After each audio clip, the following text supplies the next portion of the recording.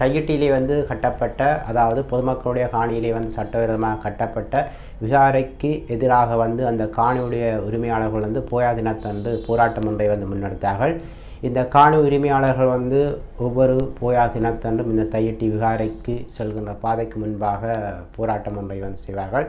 இந்த போராட்டம் தொடர்ச்சியாக கிட்டத்தட்ட 2 வருடங்களுக்கு மேலாக தொடர்ச்சியாக வந்து நடந்து வருகிறது. ஆனாலும் காணியுடைய உரிமையாளர்கள் வீதியிலே இருக்கின்றார்கள். காணியை அபகரித்தவர்களுக்கு வந்து பாதுகாப்பு வழங்கப்படுகிறது. இதுதான் எங்களுடைய நாட்டுடைய ஜனநாயகமாக இருக்கிறது. உண்மையிலே இந்த தையிட்டி விகாரைக்கு முன்பாக போராடுகின்றவர்கள் அனைவருமே வந்து அந்த காணியுடைய உரிமையாளர்கள்.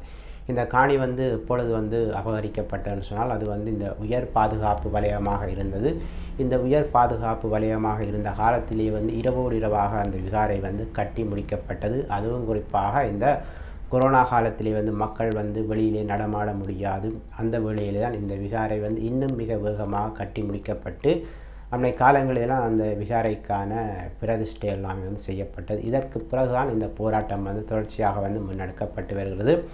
அரசியல் கட்சியும் ஆதரவாக இருக்கிறது. அதே போல் தமிழ் தேசிய மக்கள் முன்னணி தான் இந்த போராட்டத்துக்கு முக்கிய நபர்களாக இருக்கின்றார்கள். ஆனாலும் அவர்களுக்கு முன்னாலே நின்று இந்த காணியுடைய உரிமையாளர்கள் வந்து தொடர்ச்சியாக வந்து போராடி வருகின்றார்கள். வளமையாக இலங்கையில் எப்பொழுது போயா தினம் வருகிறதோ அந்த வேளையிலே வந்து அந்த இடத்துக்கு முன்னாலே நின்று இந்த காணியுடைய உரிமையாளர்கள், இந்த தமிழ் தேசிய மக்கள் முன்னணி சார்ந்த கட்சி உறுப்பினர்கள் வந்து போராட்டங்களை வந்து செய்வார்கள். இது வளமையாக நடந்து வருகிறது. அதாவது ஒவ்வொரு போயாவும் வந்து இப்படியே வந்து தொடர்ச்சியாக வந்து நடந்து வருகிறது. ஆனால் தற்பொழுது இந்த போயா தினத்திலே வந்து இந்த போராட்டம் வந்து அந்த காணியுடைய உரிமையாளர்களாலே வந்து முன்னெடுக்கப்பட்டது. ஆனாலும் வளமைக்கு மாறாக சில அடாவடித்தனங்கள் வந்து அதிலே வந்து இடம்பெற்றதுன்னு சொல்லலாம். அந்த காணிகள் எல்லாம் வந்து சமூக வலைத்தளங்களில் வந்து வந்தது. அதாவது அந்த காணியுடைய உரிமையாளர்கள் வந்து வீதியினுடைய அருகே நின்று தான் தங்களுடைய ஜனநாயக வழியிலே வந்து போராட்டத்தை வந்து செய்து கொண்டிருக்கிறார். ஆனால் அந்த இடத்துக்கு வந்த போலீசார் அந்த போராட்டத்தில் ஈடுபட்ட நபர்கள் வந்து வீதியை மறைத்து போராடுவதைப் போல் அவர்களை வந்து மிக மோசமான முறையில் வந்து அவர்களை வந்து வெளியேற்றியிருக்கிறார். உண்மையிலே அந்த போராட்டத்திலே நின்ற நபர்கள், காணியுடைய உரிமையாளர்கள், அவர்கள் எல்லோருமே வீதியுடைய அருகே நின்று, அதாவது வாகன போக்குவரத்துக்கு எந்த விதமான இடையூறுகள் இல்லாமல் தான் அந்த இடத்திலே வந்து போராட்டத்தை வந்து முன்னெடுத்தார். ஆனாலும் அதிலே சில அடாவடித்தனங்கள் வந்து இடம்பெற்றுகிறது. அந்த வீடியோக்கள் வந்து சமூக வலைத்தளங்களில் வந்தது. இது தொடர்பாக வந்து மிக பரபரப்பாக வந்து பேசப்படுகிறது. இந்த தையிட்டி பகுதியிலே வந்து பொதுமக்களுடைய காணியிலே வந்து சட்டவிரோதமாக விகாரை வந்து கட்டி முடிக்கப்பட்டதில் இருந்து இன்று வரைக்கும் வருகின்ற போயா அனைத்து நாட்களிலேயுமே வந்து இந்த காணியினுடைய உரிமையாளர்கள் வந்து வீதியில் இறங்கி போராடி கொண்டிருக்கிறார்கள். ஆனாலும் அவர்களுக்கு எதிராக பல்வேறுபட்ட அச்சுறுத்தல்கள், பல நடவடிக்கைகள், பல விசாரணைகள் இப்படி எல்லாமே வந்து தொடர்ச்சியாக வந்து முன்னெடுக்கப்பட்டு வருகிறது. காணியுடைய உரிமையாளர்கள் தங்களுடைய காணியை திரும்படி வீதியிலே நின்று போராடுகின்றார்கள் ஜனநாயக வழியிலே. ஆனால் காணியை அபகரித்தவர்களுக்கு வந்து பாதுகாப்பு எல்லாம் கொடுக்கப்பட்டு மிகப்பெரிய அளவிலே அவர்கள் வந்து பந்தாவாக திரிகின்றார்கள். அதுவும் எப்படின்னு சொன்னால், காணியுடைய உரிமையாளர்கள் வீதியிலே இருக்கிறார். காணியுடைய உரிமையாளர்கள் வீதியிலே நின்று தங்களுடைய காணியை தர சொல்லி போராடுகின்றார்கள். காணியை அபகரித்தவர்களுக்கு பாதுகாப்பு. இதுதான் நடக்கிறது. தற்பொழுது இலங்கையில் வந்து புதிய அரசாங்கம் வந்து பதவியேற்றிருக்கிறது. இந்த புதிய அரசாங்கம் வந்து பதவியேற்ற பிறகு எப்படி இந்த தையிட்டி பிரச்சனையை வந்து எதிர்கொள்ளப் போகின்றார்கள், எவ்வாறான தீர்ப்பை வந்து மக்களுக்கு வழங்கப் போகின்றார் என்பது ஒரு மிகப்பெரிய ஒரு கேள்வி. உண்மையிலே இந்த பிரச்சனையை வந்து தீர்ப்பதற்கு ஒரே வழி, தையிட்டி விகாரையை வந்து இடித்து அந்த காணியுடைய உரிமையாளர்களுக்கு கொடுப்பதுதான் ஒரே வழி. ஆனால் இதனை வந்து அவர்கள் எந்த பொழுதிலுமே வந்து செய்ய மாட்டார்கள். இந்த தையிட்டியுடைய விகாரையுடைய பிரச்சனை அனுரகுமார திசாநாயக்கருடைய அரசாங்கத்திலும் வந்து தீர்க்க போகிறதில்லை. இனி எந்த காலத்தில் எந்த அரசாங்கத்தாலும் வந்து இந்த பிரச்சனை வந்து தீரப்போகிறதும் இல்லை. அவர்கள் தீர்க்கவும் மாட்டார்கள். இதுதான் நடைமுறை. ஆனாலும் என்ன செய்கின்றது, காணியுடைய உரிமையாளர்கள் வந்து போராடுவார்கள். அவர்கள் எவ்வளவு காலம் போராடுவார்கள்? அவர்கள் போராடுகின்ற எல்லாருமே வந்து குறிப்பிட்ட ஒரு வயது முதிர்ந்தவர்கள். அவர்களுடைய வயது முதிர்ந்த பிறகு அவர்கள் இயற்கை மரணம் எழுதி விடுவார்கள். அதற்கு பிறகு அந்த காணியுடைய உரிமையாளர்கள் வந்து போராட்டத்தை வந்து முன்னெடுக்க மாட்டார்கள். அவர்களும் அதனை வந்து மறந்து போய்விடுவார்கள். இதுதான் நடைமுறையிலே வந்து வரப்போகிறது. இதனை நாம் வந்து தற்பொழுது சொல்கிறேன். இனிவரும் காலங்களிலே இதுதான் வந்து நடக்கப் போகிறது. இந்த அரசாங்கத்தாலும் இந்த தையிட்டியுடைய விகாரையை வந்து தீர்க்க முடியாது. அப்படி தீர்க்க வேண்டும் என்று சொன்னால் தையிட்டி விகாரையை வந்து இடிக்கப்பட வேண்டும். இடிக்கப்பட்டு காணியுடைய உரிமையாளர்களுக்கு அந்த காணியை வந்து வழங்க வேண்டும். இதனை வந்து எந்த ஜனாதிபதியாக செய்வாரா? செய்ய மாட்டார். ஏன்னு சொன்னால் அப்படி செய்தார்னு சொன்னால் அவர் தெற்கிலே இருக்க முடியாது. இல்லைன்னு சொன்னால் அவர் தெற்கிலே எந்த காலப்பொழுதிலும் அரசியலை வந்து செய்ய முடியாது. இதுதான் நடைமுறை. அதனாலே எந்த அரசாங்கம் வந்தாலும் இந்த தையிட்டுடைய பிரச்சனை வந்து தீரப்போவதில்லை. தற்பொழுது யாழ் மாவட்டத்தினுடைய முதலாவது அபிவிருத்தி குழு கூட்டம் வந்து நடந்தது. இனிவரும் காலங்களிலே நடைபெறுகின்ற அபிவிருத்தி கூட்டங்களிலே வந்து இது தொடர்பாக வந்து பேசப்படும்.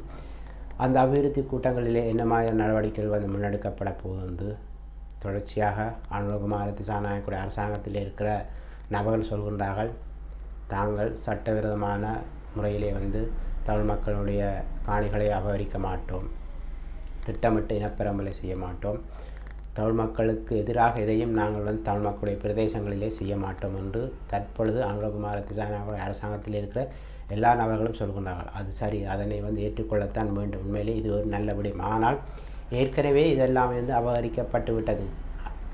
மிக மிக முக்கியமான இடங்கள் எல்லாமே வந்து கடந்த கால அரசாங்கத்திலே இருந்த முக்கிய நபர்களாலே வந்து அபகரிக்கப்பட்டு விட்டது. இதெல்லாமே வந்து எல்லாருக்கும் தெரியும். இலங்கையில் இருக்கிற ஆட்சியாளர்கள், இனி ஆட்சிக்கு வரப்போகின்றவர்கள், சர்வதேச நாடுகள் எல்லாத்துக்குமே தெரியும்.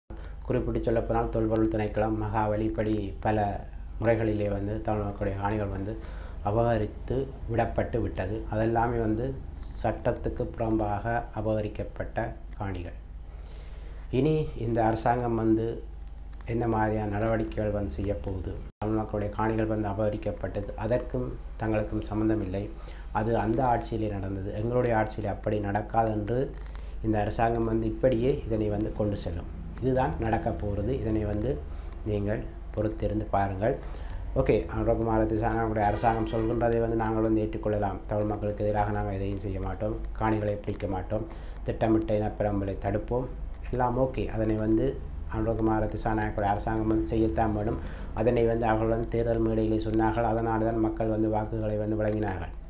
வேறு வழியில்லை, அதனை வந்து செய்ய வேண்டும். ஆனால் ஏற்கனவே வந்து அபகரிக்கப்பட்டு விட்டதே இந்த காணிகள், அதற்கென்ன நடவடிக்கைகள்?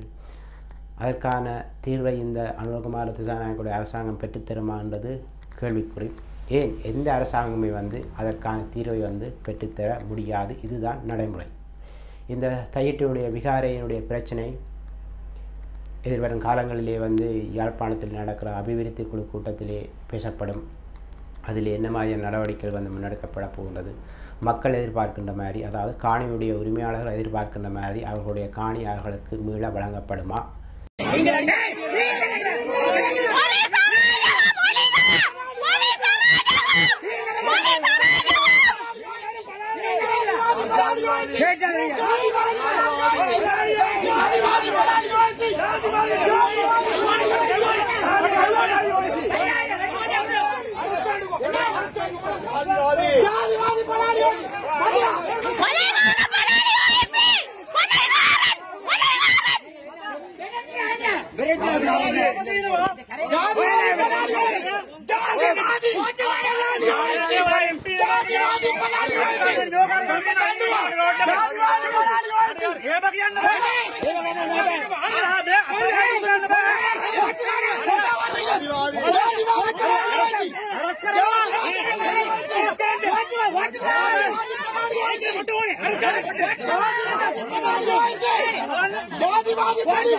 What